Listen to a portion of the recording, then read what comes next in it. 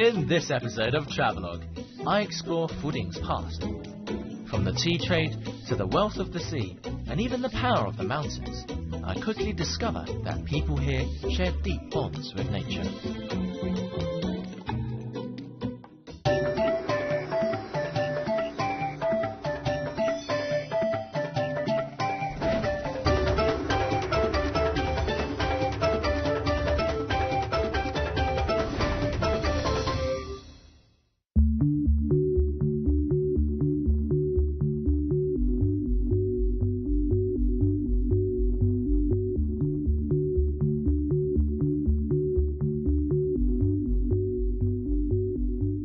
Welcome back to Fuding. With the tea industry as massive and lucrative as China's, many families in tea-growing areas such as Fuding have gotten very rich off the back of it. To prove the point, I'm heading to one very impressive residence. Check it out! This looks like the home of someone well off, hey? You know, actually this house used to belong to a tea merchant who made it big here. And it's so big, it's 5,000 square meters, which is almost the same size as a football field. And, well, judging by the weather today, we'll probably have the whole place to ourselves. These are the Cuijiao residences, home to the Wu family of Bailin Town.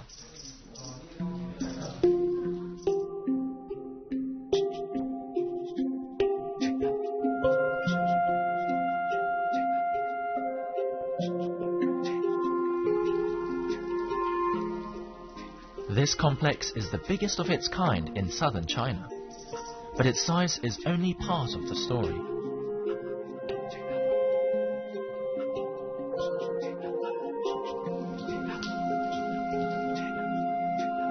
You only need to take a closer look at the intricate wooden eaves and lattices to find the hallmark of quality Qing dynasty woodwork, all paid for by the sale of the humble tea leaf.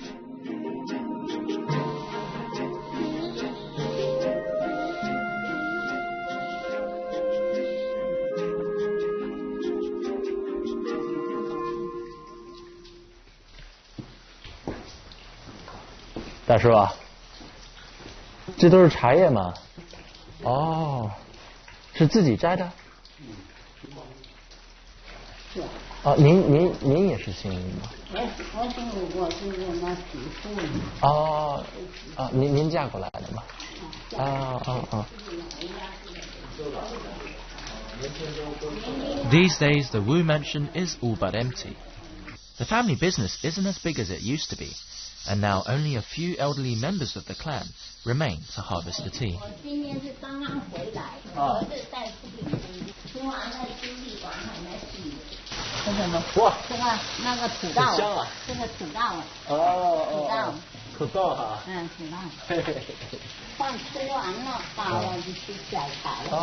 咱们采茶季节挺长的哈，一直从对，从9月8月9月就可以结束了。哦，茶就结束了。你很了解。Usually, I mean, when you come to these really old residences, it's basically just a museum. There's no one living here anymore. But this is probably, I can't say one of the few, but at least this is the first old residence I've seen where people are still living there. People from the household that originally built this entire mansion, and it's actually, you know, a part of their everyday life as opposed to just being something for visitors to look at. 讲英语。讲英语，有可能说不定几百年前就是说着英语进来买咱们茶呢。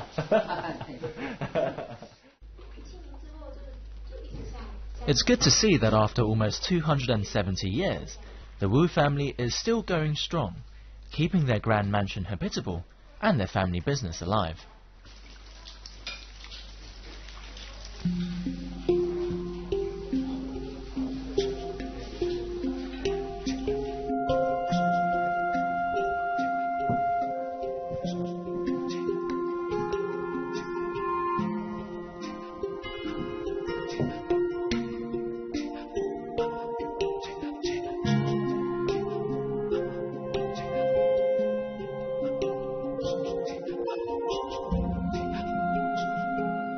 But the Wu family is facing a problem that's shared by countless families across China.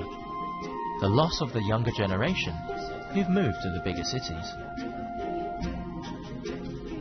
It's hard to say how the family business will be faring a couple of decades down the line, but with white tea's renewed popularity, maybe there's hope yet. You know, this house has close to 200 rooms, and once upon a time, all of them used to be full with members of the Wu family.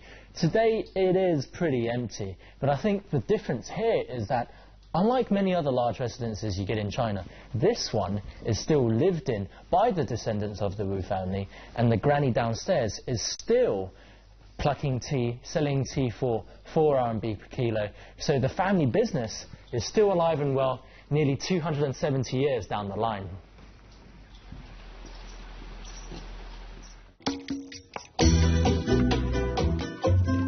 Coming up next, I'll find out that success comes in the form of a horse for the people of one town, and I'll talk to a veteran of the sea who's now plying his trade on land.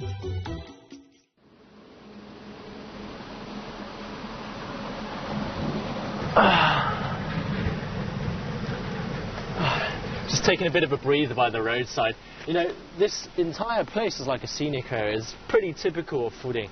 You've got the sea over there, you've got tea plantations with some guys hard at work over there, and up there, got the mountains right by the coast. Don't even have to look for this kind of scenery. It's time to hit the road again. The sea is just as important as tea for people's livelihood in Fuding. We're driving to a town called Qianqi, some 30 minutes away, to see one of Fuding's oldest and biggest temples, honouring the sea goddess Mazu.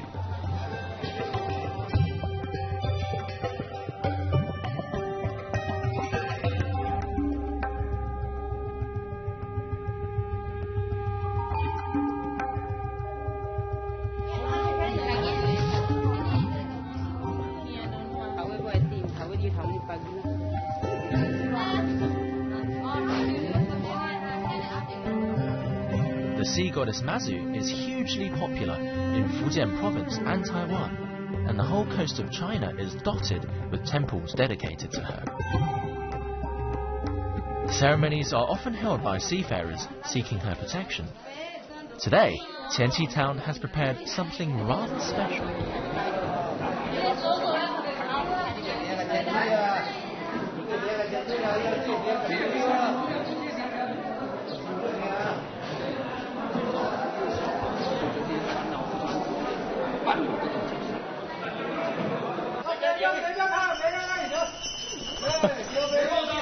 Well, a bit of a surprise.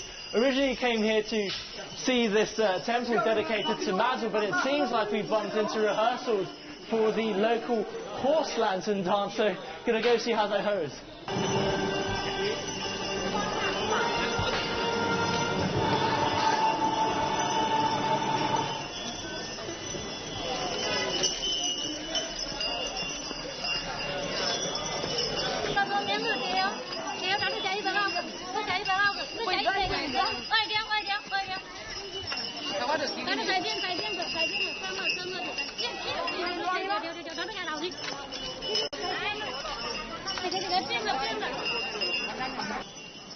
There's a lot of preparation involved. The dance usually takes place in October and always at night, hence the lanterns.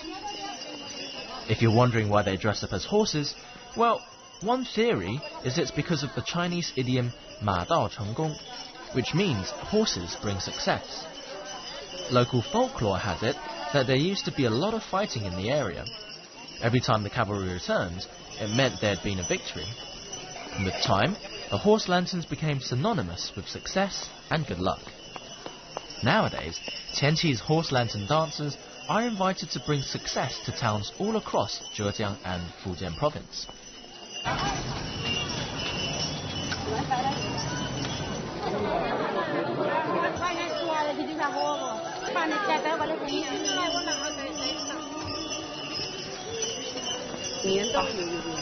Oh, 都是自己跳，自己乐意参加，自己乐意参加，他们给工资？保密。保密。那个老师原来就是他家的那个。你们不止在福鼎这儿表演吧？不止。你们也去哪儿？去那个浙江呀。浙江。上海也去了。上海没去。上海就浙江比较近。我们是北方的。北方你也要去，我们也去。那这是只是咱们这儿福鼎有吗？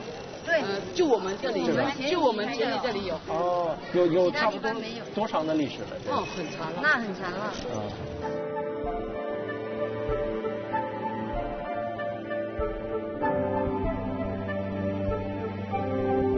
I found out later that Tianti's horse lantern dance dates back 300 years and used to be performed by kids, as some of the moves require a high degree of flexibility. Nowadays, kids are too busy with school to practice. It's pretty interesting.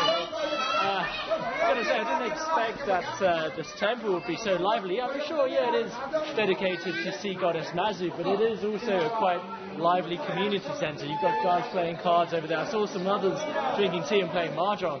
And apparently when kids get off school, they'll come here to play badminton. Yeah, whatever kids do. It is still very much alive in the middle of the city. Time to clock out for the horse dancers, eh?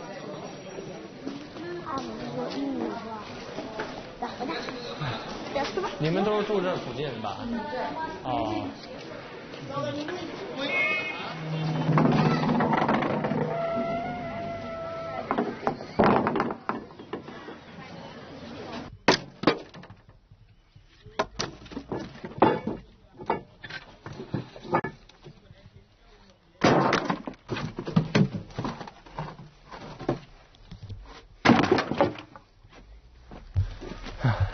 I bumped into this gentleman here and I saw him picking out wood from the scrapyard and asked him what he was doing. He told me that he buys all this scrap wood and he goes and breaks these down and makes them into model ships, and he's going to go and show me how he does it, but obviously you need to help him out with some of the carrying first.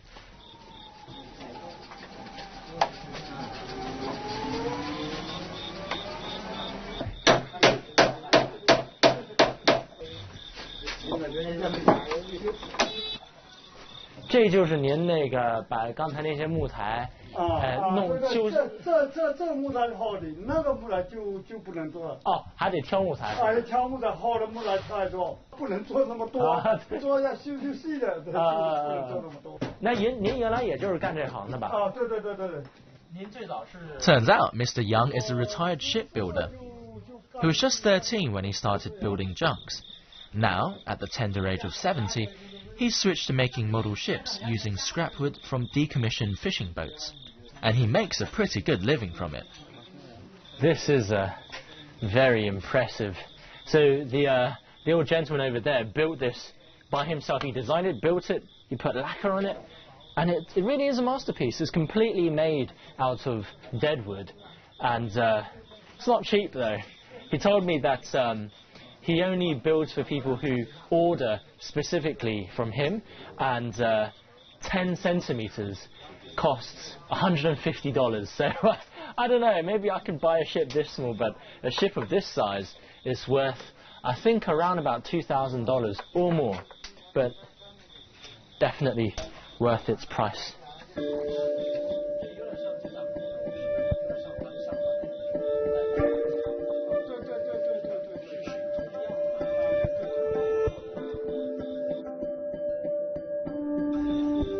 So I asked if there was a finished version of this boat.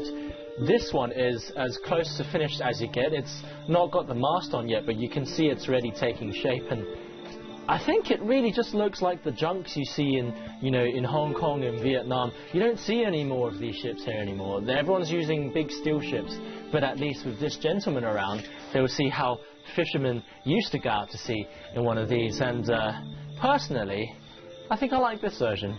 It's also more within my budget. Take a look.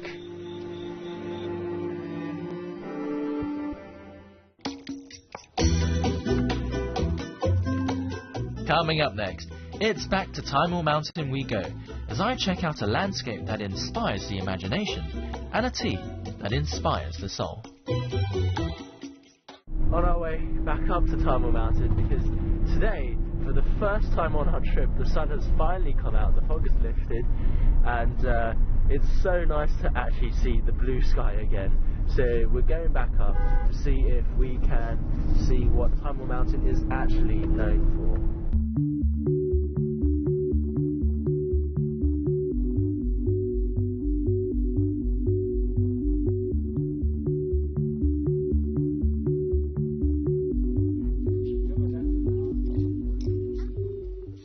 Something look familiar to you? I tell you what, the weather up here in the mountains really is very temperamental, so I won't be needing that anymore.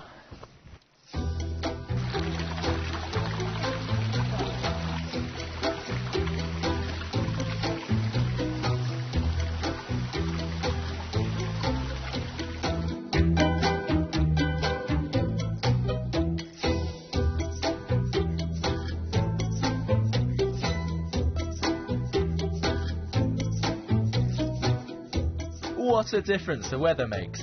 On a clear day, you can actually see all the fascinating boulders Taimur Mountain is famous for.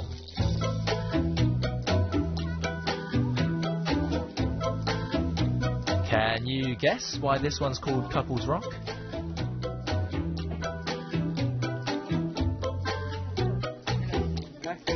So when I got myself a small basket of this glutinous, I guess it's some kind of black glutinous rice with grape inside. That is the specialty of the She ethnic minority. Haven't actually had one of these before, so... Oh, that is delicious. Very much like one of those sticky cakes. Not too sweet. Oh, could definitely have more of this.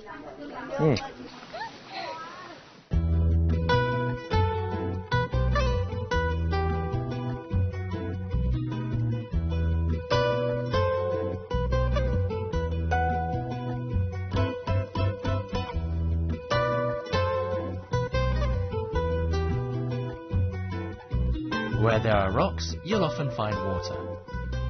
Nearby the emerald-coloured dragon pool is Guoxing Temple. It's said that roughly 1,000 years ago, 360 stone pillars stood here. They were erected to welcome the emperor, who was visiting after hearing that a relative who'd prayed at the temple had given birth to a boy. 以前是有圣旨放在里面，我的那个90多的那个老居士，以前上来的时候也是这里本地人。Oh. Must have been huge before. I mean, if there were 360 pillars, just imagine the whole temple taking up the entire mountain. In ancient times, Taimur Mountain was a place of respite, where monks could retreat to meditate, and emperors could summon up the powers of heaven. For simple folk like myself, there are always the oddly shaped rocks to keep us amused.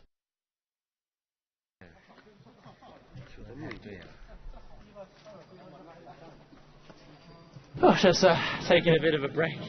Apparently, some say there's rocks behind me look a bit like the Animal Planet. You have calves, you have hippos. Apparently there's even a kid suckling on, you know what kids suckle on. I don't see anything, but at least it's a nice place to rest.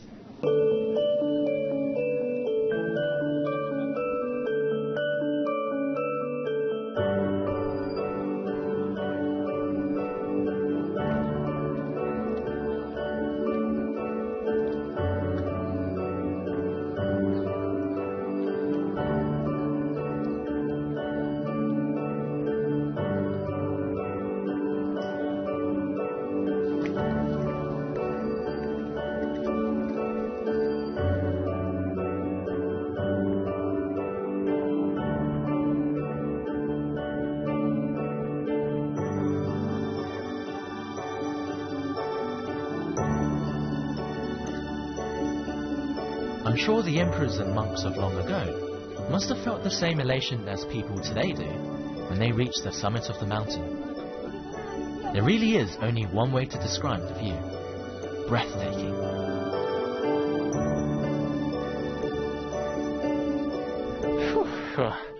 What a great panorama, hey? You know that Chinese love to immortalize mountains as people and animals. But as for me, it's just incredible to see these ancient geological formations, these granite boulders and mountains. Back in the days, there used to be so many temples around this area with monks meditating. And even today, if you go further up into the mist, you might still find some.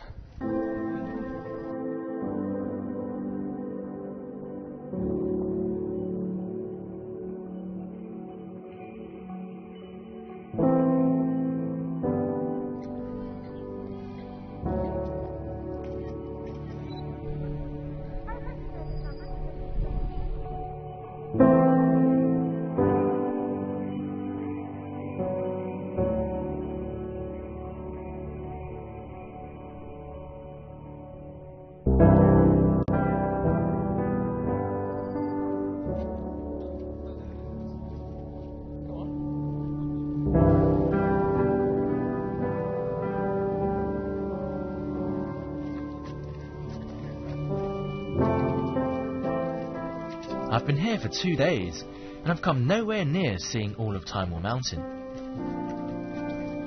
It's said that some people stay at the foot of the mountain and climb up every day to explore another corner of this majestic range.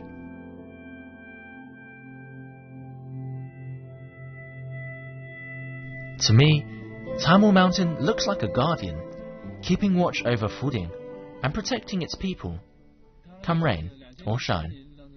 On the other side of Taimur Mountain is the home of white tea.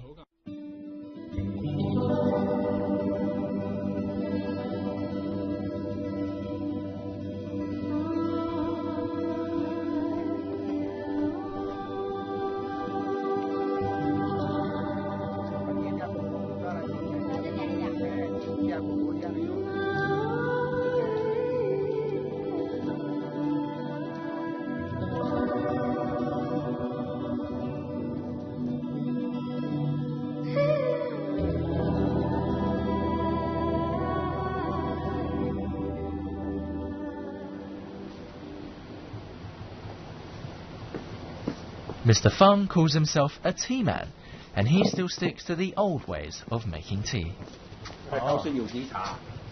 是什么茶？有机茶。有机茶。首先是很安全的这边。先对的，把里头的倒掉。你要早上的水倒进去。咱们这儿来往不多哈。平常主要是旅游的。今天刚刚一大班的人采茶回来，就围在这边喝的。这个茶非常香啊。都起码都是好茶叶。Smells so wholesome. You know, I think that's one of the characteristics of white tea. It's quite crisp, very light, and when you drink it, you just feel warm all over. And I can't wait to get a cup of this, especially since it's free. 这个都是我们山上的特制的一些茶叶。茶叶虽然比较粗老，但是它营养还有芳香物都很多。Yeah, so aromatic. I can't wait. 哎，好，谢谢。Let's see.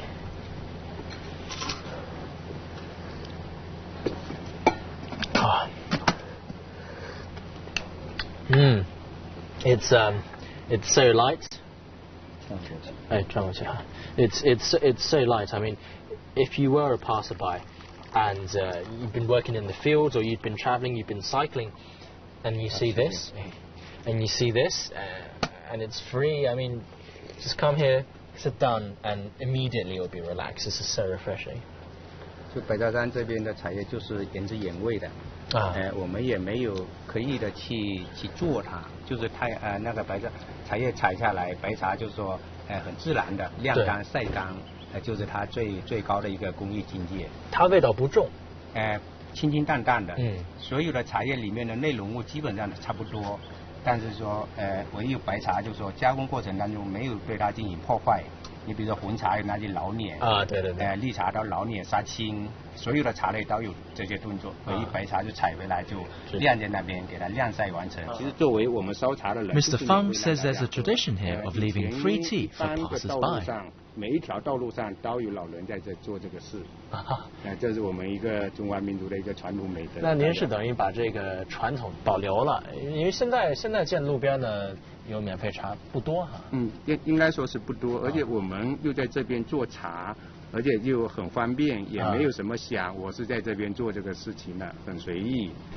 In this modern age, you don't have many people doing this kind of thing anymore. Who would think of giving free tea to passers-by? But with 1 cup of tea, you can not only earn loads more new friends, but it's also good for you.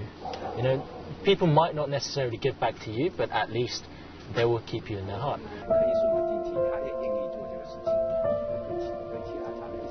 Maybe I'm reading too much into it, but I get the impression that the reason why people like Mr. Feng are so passionate about white tea is that it's more than just a beverage to them. They believe that instilled in a cup of tea are some simple virtues of life. To be pure and warm to others with just a hint of sweetness. Feels so much better.